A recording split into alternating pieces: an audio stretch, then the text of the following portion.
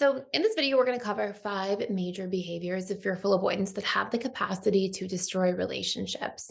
And I know that sounds like a very dramatic title, but I thought that this was very fitting for the situation because sometimes we have patterns of behavior that are, in the very least, eroding relationships over time.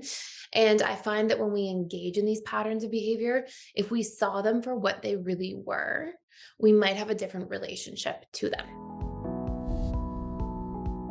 So I will preface by saying each of these 5 major patterns of behavior is literally the result of trauma. It's definitely not me sitting here saying this is your fault, that you have these unhealthy patterns and you're bad, none of that at all. But what I am saying is, hey, there was an injustice. You were traumatized in some way, shape, or form in the past that caused you to find these really intense coping mechanisms to try to deal with your future events because of that fear of the past repeating itself. And what happens when we do that, when we have these coping mechanisms as a result of trauma, is that we often lose the ability when we are coping to have insight about ourselves. So, for example, behavior number 1 for fearful avoidance here is volatility and unhealthy expression of anger. And in the moment that you're doing this, you're not seeing the impact of your patterns, right? You're usually justifying the way you're behaving because of how much hurt you feel. And so in that moment, you lose the capacity to realize the impact. And so I really wanted to make this sort of like awareness oriented video today so that you can see some of the impact, see it for what it really is, and then also have the ability to go, okay, I can start healing this. I see it, I get it. I'm going to go start doing the work around this.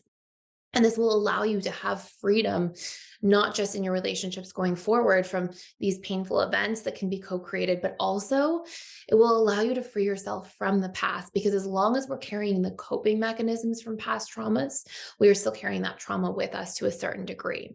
So let's explore number 1 here. Number 1 is the unhealthy expression of anger or emotional volatility. And this is a pattern of behavior that fearful avoidance generally have quite a bit of in romantic relationships. And the reason being that you usually have some big, deep rooted fear or core wound that's being activated that causes you to feel all this pain and suffering. So let's say, for example, so I was a fearful avoidant, right? I was a fearful avoidant my whole life.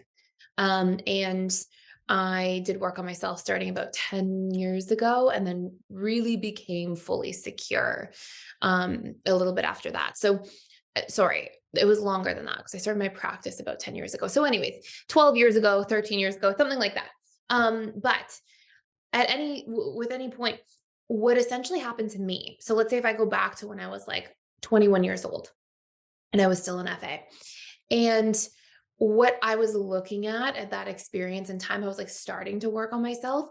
And I was realizing like, oh, I do this thing where I get really angry. And then I think that it's totally fine that I'm really angry. I think it's totally justified. I think there's no problem with it because I'm really hurt. So I am using my own hurt to justify my angry expression. And for me, anger could be raising my voice. It could be saying mean things to somebody that I loved and then feel really guilty about it after. And the reality was that I thought that was perfectly fine because of how hurt I was. And then when I actually self-observed, I was like, that's not, no matter how hurt I am, that's not how I want to show up in the world. That's not the person I want to be under stress. And I should work on that. I should be accountable for that. And that was a life-changing thing for me and a life-changing thing for the future of my relationships. And what that also allowed me to do is learn how to express constructively. I realized, hey, if I'm so hurt, so like, let's say, for example, at that time, so let's say when I was like 20, I was still in a past relationship. I was very FA in that relationship. And what happened is, I would get mad. I'm trying to think of like a specific example. So let's say that that person was incongruent. Okay, let's say that that person that I was dating, they were lying. Okay, and they had some things that they were not being honest about. And so this was real. Like this is a real experience. This person was dishonest about different things. And when I would find out about the dishonesty, it would hit my core wound of I will be betrayed and I can't trust. Right. And that was such a big wound for me. So what I was experiencing as a person was the pain and suffering of the experience, right? So the pain of having somebody not be congruent, which is not good, right? We have like this uncomfortable situation we're dealing with. But then when that's compounded by this core wound that I've been carrying in my subconscious for so many years, and I've got all this emotional residue around that wound, it's not like a 5 out of 10 of discomfort. Hey, somebody's being incongruent, they're being dishonest. This is affecting me. It's not okay. I have to have a conversation. Instead, it was like a 10 because all the other times that I had stored trust issues from past experiences, plus now compounded in the moment, we've got this like two-pronged problem. So I was getting angry or upset like a 10 out of 10. And I would say mean things, right? I would be like, oh, see, I can't trust you at all. This is never going to work. Push away the person really far. All these things, be harsh with my words, be mean, raise my voice. And I thought that that was perfectly fine because of how hurt I was. Like, I wasn't observing at that time, like, oh, my behavior is unhealthy. This is not okay. I was justifying that because this person started it, it's fine that I'm behaving this way. And that's not true. That's not, there's this wonderful quote I read a few years back, and it's like one of my favorite quotes ever. And it says, he who hates evil only creates more of it. And it's like, we can't just say that because there's this bad thing happening that then we have a free pass to behave badly back, right? That's not, and obviously, like, that's common sense when I say that, but I think that when we're in it, it can be hard to self observe and gain insight. So it's a really important first thing to pay attention to.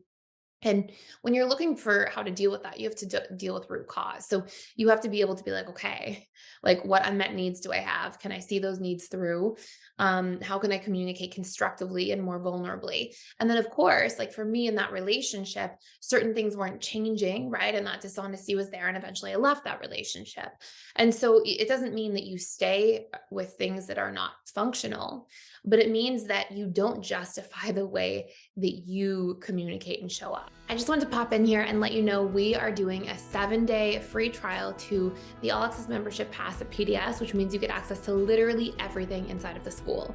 And this includes the 4 live webinars I do with our students every single week. And on top of that, you get access to all of our different courses. We have over 55 different courses on relationships, communication, boundaries, emotional mastery, guilt and shame, learning your needs, so many different facets that are really important to master our lives and feel really good about our lives going forward. And last but not least, there's a daily community event.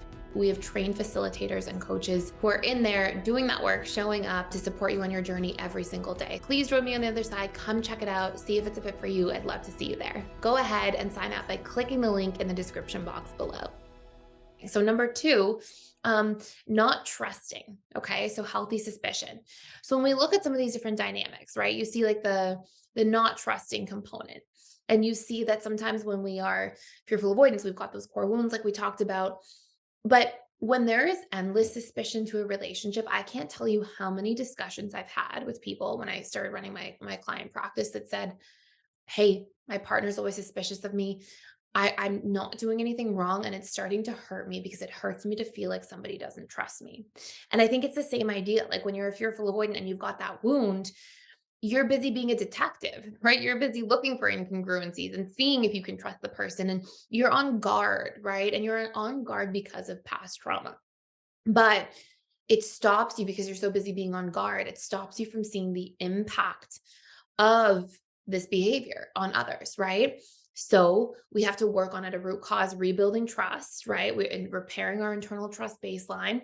And if we're struggling to trust somebody, we work on trusting them in the relationship and doing what's necessary in order to repair that. So that means communicating with more transparency, developing more consistency, asking for people to take us into consideration by understanding our needs, and also developing our own boundaries better and having our own back so that we trust ourselves to be okay if something goes wrong in the relationship. I think that part of that big, deep inner fear of having your trust betrayed as an FA is also this fear that, like, if something wrong happens, I don't know if I'm going to be okay. And, feeling afraid of the fragility of yourself at a deeper level if there's pain or suffering in the relationship. And that goes away when we start to become more securely attached within the relationship to ourselves. I know that that's a big topic, to be honest, like repairing trust. And I wish I could explore that in like the hour and a half that it would take to go through that. But I actually have a course you can check out for free for 7 days using the link below. And it's called Repairing Broken Trust. It's all about if you are an FA and you've had a series of wounds around trust in your upbringing, or in past relationship experiences, it helps you repair your internal trust baseline, because sometimes we do go through experiences that fractures our ability to trust, and not having that in relationships honestly is so painful to try to do relationships from. I've been there. It's very hard to feel like a relationship is nice and easy and enjoyable when you're always feeling that, like, can I trust it all kind of feeling. And it's also, like we said, it can sabotage relationships if we're always suspicious. It's fine to have like suspicions and to talk about them in a healthy way and use them to bridge gaps and repair trust more, or increase trust as we're dating somebody, and to discuss red flags. Like, all of those things are healthy behaviors. But if we're just constantly suspicious and it's unfounded, it can really push somebody else away. Number 3 is being hot and cold, that extreme oscillation between should I stay or should I go?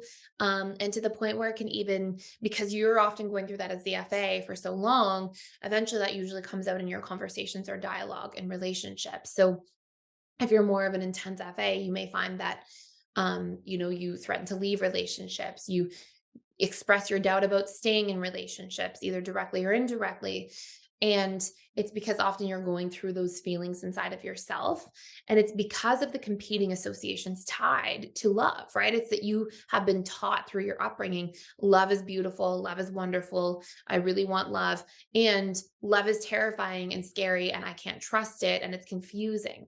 And so, because you have separate, completely opposing associations tied to the same thing, being love, relationships, trust, these different dynamics, it's so easy for you to feel like you're in those polarized aspects of self, right? Because you're actually in the polarized aspects of your beliefs about love and trust. And so that makes for the pendulum swinging. One day it's I really want love, I really want care. The other day it's I'm scared. I don't know if I want to be this vulnerable. I don't know if I can trust and open myself up. I don't know if I should leave before I get hurt badly.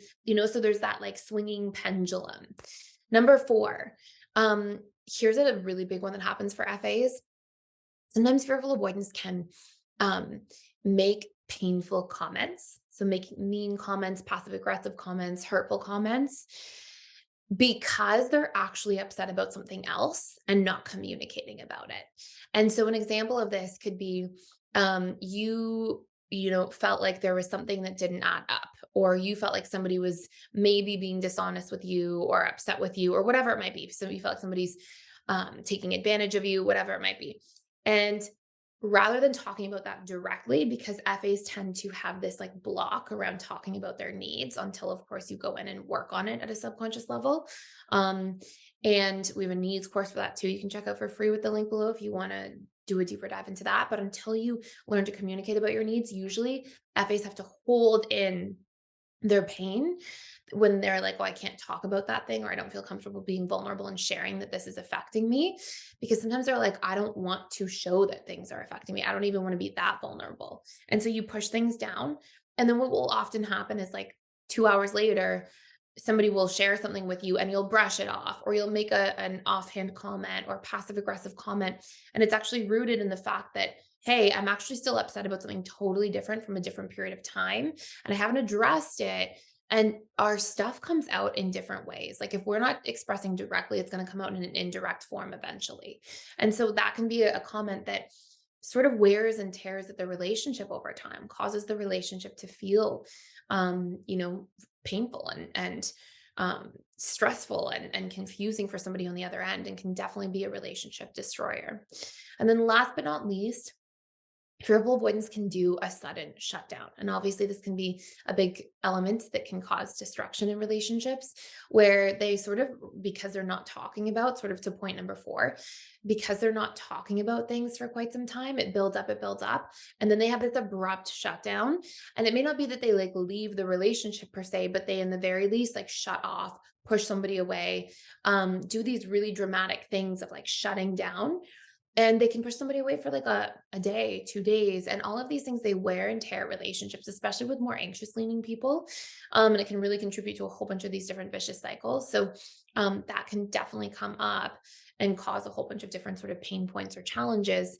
And usually it's a result or a reflection of fearful avoidance struggling to set boundaries in healthy ways and communicate about their needs in healthy ways. And so it comes out in unhealthy ways eventually, because there's this lagging period between when something happens and then when they feel pained by it and have some way of addressing it. So anyways, these are 5 really important things. I'm not sharing these things to say like, oh, this is so bad, you're so bad. I'm sharing these things because I was here once too. And having awareness and being able to, like I said, like observe yourself and gain insight without justification, being like, hey, this can be for any number of reasons that this is happening, but I am going to hold myself to a higher standard. I'm going to do that inner work and healing because each of these 5 points actually reflect to me points of suffering and trauma that I haven't realized and processed properly yet. And so I have these unhealthy coping mechanisms, but as I break through them, my quality of life will improve dramatically. And that will obviously bleed into the quality of my relationships as well. So I hope this makes a whole lot of sense. Thank you so much for watching and for being here. Please like, share, and subscribe if you're enjoying this channel. If you enjoyed this video, I'd really appreciate it. And I will see you in future videos.